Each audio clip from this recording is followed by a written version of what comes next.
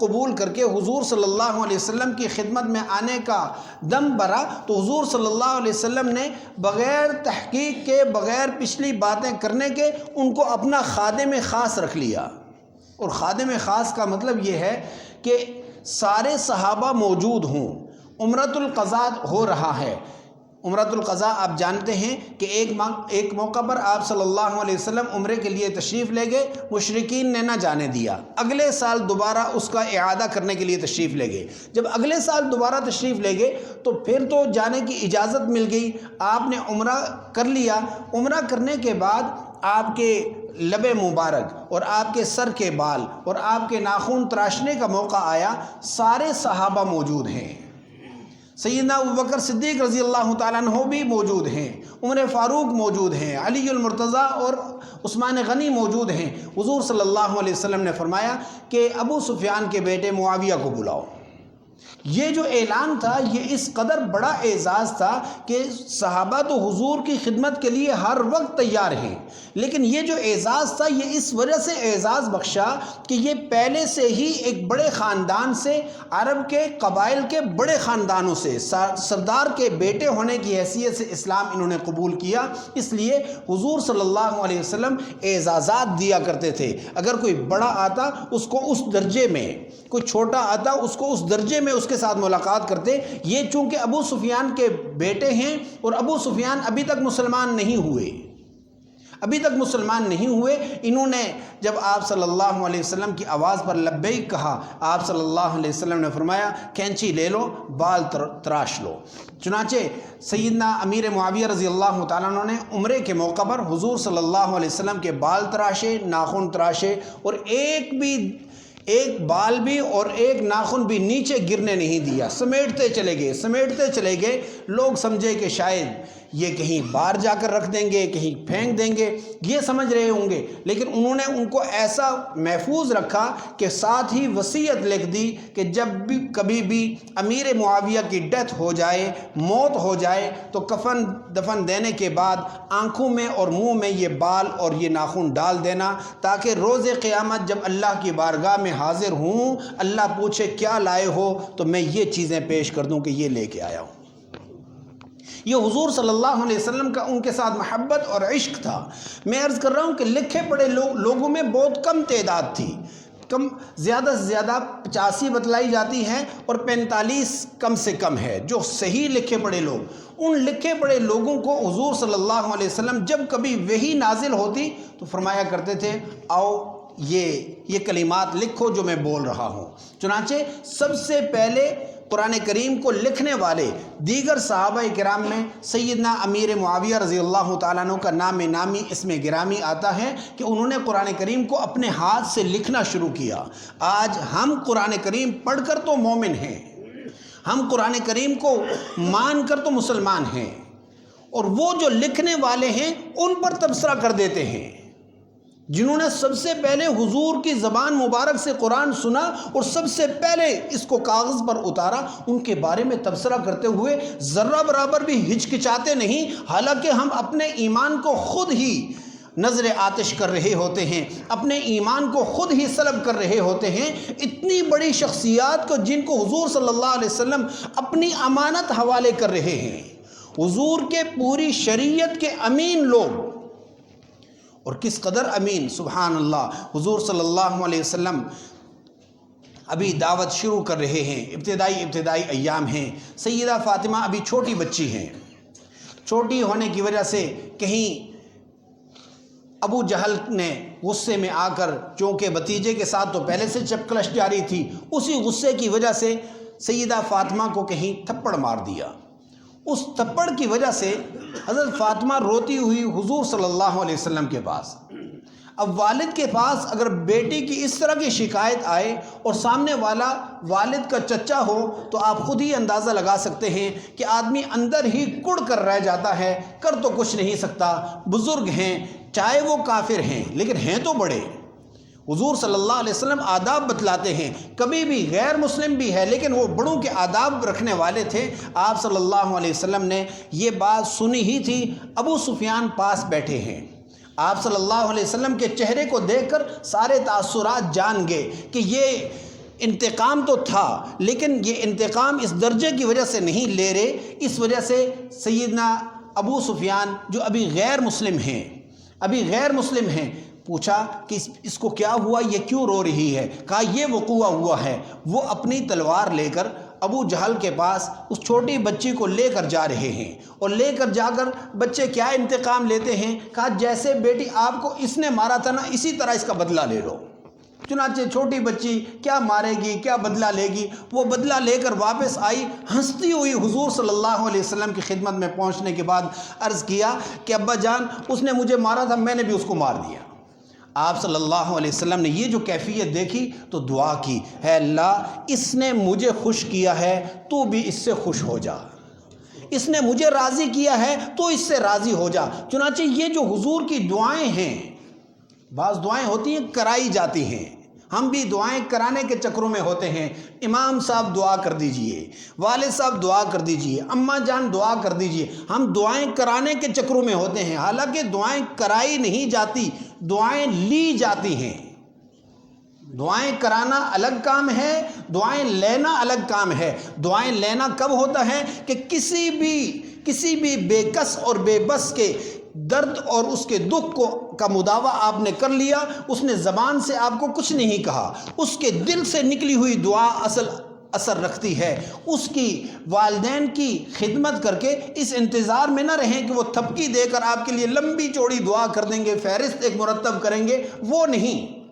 ان کے دل سے خوشی کی جو دعا نکلے گی وہ اللہ بہتر جانتے ہیں، وہ اللہ تبارک و تعالیٰ قبول فرماتے ہیں۔ اور یہ تو والدین اور یہ بے کس اور بے بس لوگوں کی دعائیں اگر ہمارا ایمان اور یقین ہے کہ یہ قبول ہوتی ہیں، تو کائنات کے سردار جناب محمد رسول اللہ صلی اللہ علیہ وسلم کے دل سے جو وہ خوشی والے اثرات نکلے ہیں اللہ نے قبول فرمائے۔ اور حضور صلی اللہ علیہ وسلم کی یہ دعا اس طرح قبول ہوئی کہ آپ صلی اللہ علیہ وسلم کے اس دعا والے کلمات سیدنا ابو سفیان کو اللہ تبارک و تعالیٰ کی طرف موڑنے کا باعث بنے ہیں، وہ مسلمان ہوئے ہیں۔ حضور صلی اللہ علیہ وسلم نے ان کے اسلام لانے کا اندازہ لگائیں کہ وہ اسلام لائے ہیں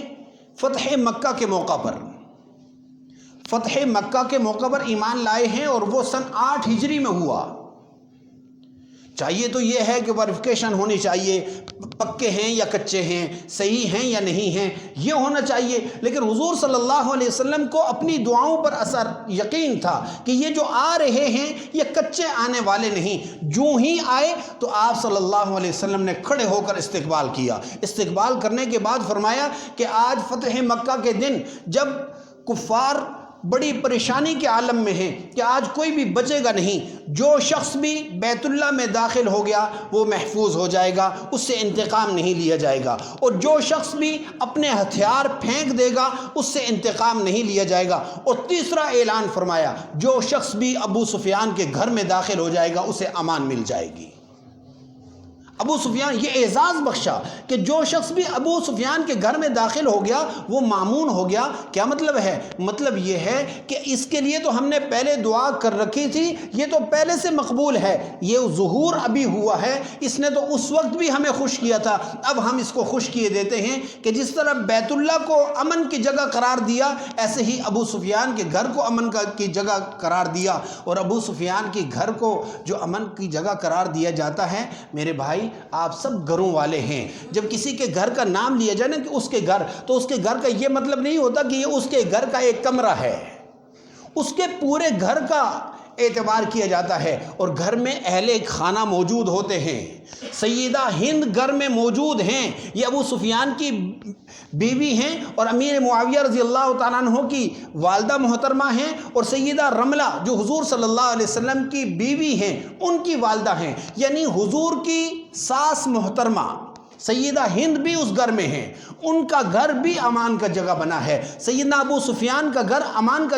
جگہ بنا ہے۔ کہنے کا مطلب یہ ہے ہمیں معلوم ہونا چاہیے اپنا تبصرہ کرتے ہوئے، اپنی تحریر لکھتے ہوئے، اپنا لائک اور شیئر کرتے ہوئے فیس بک اور دیگر سوشل میڈیا پر کہیں ایسا نہ ہو کہ ہمارے الفاظ و کنایہ سے کسی بھی صحابی رسول کی حد کے عزت ہو، اور یہ حد کے عزت ممکن ہے اس جہان کے قوانین سے کوئی بچ جائے، یہ قانون بنتے بنتے بنیں گے یا کوئی کرتا کرتا پکڑا جائے گا، لیکن اس ذات کی جس ذات نے یہ ہیرے چن چن کر حضور کی گود میں ڈالے ہیں، وہ ان کی پکی حفاظت کرنے والا ہے۔ ان کا بغض سینے میں لے جا کر کوئی آدمی کہے کہ اس آخرت کی عدالت میں بچ جاؤں، ممکن نہیں ہے۔ اس لیے حضرات صحابہ کرام کے ساتھ، جو حضرات اہل بیت کے ساتھ، ان کے ساتھ جو بھی ہمارا نسبت ہے وہ نسبت حضور کی وجہ سے ہے۔ ہم حضور کو اچھا جانتے ہیں، حضور کو اپنا محور ایمان کا مانتے ہیں۔ ایسے ہی حضور کے ساتھ جڑنے والے چاہے اہل بیت ہوں یا حضرات صحابہ کرام ہوں، ان سب کو اپنے ایمان کا محور اور مرکز مانتے ہیں۔ ان کے خلاف کبھی بھی لب کشائی نہیں کرتے۔ یہ اہل ایمان، اہل سنت کا عقیدہ ہے۔ میں عرض یہ کر رہا تھا کہ سیدنا امیر معاویہ رضی اللہ تعالیٰ عنہ کو اللہ تبارک و تعالیٰ نے یہ اعزاز بخشا کہ انہوں نے قرآن کریم کو اپنے ہاتھ سے لکھا ہے۔ وہ کاتب قرآن ہیں، وہ کاتب قرآن ہیں، اور قرآن کریم کے حافظ کے لیے، قرآن کریم کے عالم کے لیے ہم سارے فضائل مانتے ہیں۔ ایک حافظ 10 جہنمیوں کو جنت میں لے جانے کا باعث بنے گا، ایک عالم دین 60-70 کو لے جائے گا، ایک شہید جو اس قرآن کریم کے اس حکم پر شہادت والے اور اعلاء کلمت اللہ والے حکم پر عمل کرنے کی وجہ سے وہ کئی 100 کو جنت میں لے جانے کا باعث بنے گا، تو کیوں کر وہ جو قرآن کریم کو لکھنے والے ہیں وہ کیوں نہیں لے کر جائیں گے؟ وہ لے کر جائیں گے، لیکن انہیں کو لے کر جائیں گے کہ جن کے سینے ان کے لیے صاف ہوں گے، جن کے قلوب ان کے لیے صاف ہوں گے۔ اس لیے رجب المرجب کے اس مہینے کی 22 تاریخ میں یا آخری دنوں میں اہل ایمان کے ہاں بھی، مسلمانوں کے ہاں بھی ایک ایسا جراثیم چل رہا ہے کہ جو غیر محسوس طریقے سے مسلمانوں میں سرایت کیا ہے اس نے، اور وہ کیا ہے؟ وہ رجب کے آخری مہینہ میں کونڈوں کی ایک رسم کی جاتی ہے۔ اور کونڈے کیا ہوتے ہیں؟ وہ کہتے ہیں ہم نے امام جعفر رحمہ اللہ، امام جعفر صادق رحمہ اللہ کی ولادت کی وجہ سے یا ان کی وفات کی وجہ سے ہم یہ خیرات کر رہے ہیں۔ حالانکہ امام جعفر وہ مسلمانوں کے امام ہیں، اور ان کے نہ تو ولادت اس مہینہ میں ہے اور نہ ہی وفات اس مہینے میں ہے۔ ان کا نام لے کر کے 22 رجب المرجب کو یہ جو کام کیا جاتا ہے، یہ اصل میں بغض امیر معاویہ میں یہ کام کیا جاتا ہے۔ اس لیے مسلمانوں کو ہوشیار اور بیدار رہنا چاہیے کہ ہمارے گھر میں ان کی ڈیتھ اور ان کی وفات کے دن میں خوشی کا سامان پیدا کرنا اور خوشی کا تہوار بنانا، یا خوشی کا کوئی ایسا کام کرنا کہ جس سے یوں لگے کہ یہ مسلمان خوش ہوئے ہیں ان کی وفات پر، یہ کسی طرح بھی درست نہیں ہے۔ اس لیے اگر کوئی پکا کر دے رہا ہے اس سے کہہ لیجئے اپنے گھر میں رکھیں، یہ ہمیں اس جراثیم کی اور اس وبا کی ضرورت نہیں ہے، یہ بیماری اپنے پاس ہی رکھیں، ہم اس کو قبول کرنے والے نہیں۔ ہاں، مسلمانوں کو خیرات کی اجازت ہے، صبح کریں، شام کریں، دن کریں، رات کریں، لیکن یہ جو خاص تہواروں میں خاص طریقے میں گھر کے اندر پکائی جائے، کسی اور کو نہ کھلائی جائے، یہیں پر بیٹھ کے کھایا جائے، یہ وہ جراثیم ہے جو صحابہ کرام کے ساتھ بغض کو اگلتا ہے۔ اس لیے اس رسم سے اپنے آپ کو پاک کیجئے، اور رجب المرجب کے اس مہینے میں یہ عزم کیجئے کہ حضور صلی اللہ علیہ وسلم کو جو عرش پر بلا کر کے نمازوں کا تحفہ دیا گیا ہے، اس تحفے کو قبول کیجئے، اور ساتھ ہی یہ ذہن میں رکھیں کہ انشاءاللہ اتوار والے دن بعد نماز مغرب ہمارے اس مدرسے میں جو آپ حضرات کے تعاون کے ساتھ چل رہا ہے، مدرسہ سیدنا امیر معاویہ، اس مدرسے میں 8 بچوں کی دستار فضیلت ہے۔ 8 بچے اس سال حفظ قرآن کریم اور 7 وفاق المدارس کا امتحان دینے کے بعد ہم سے وہ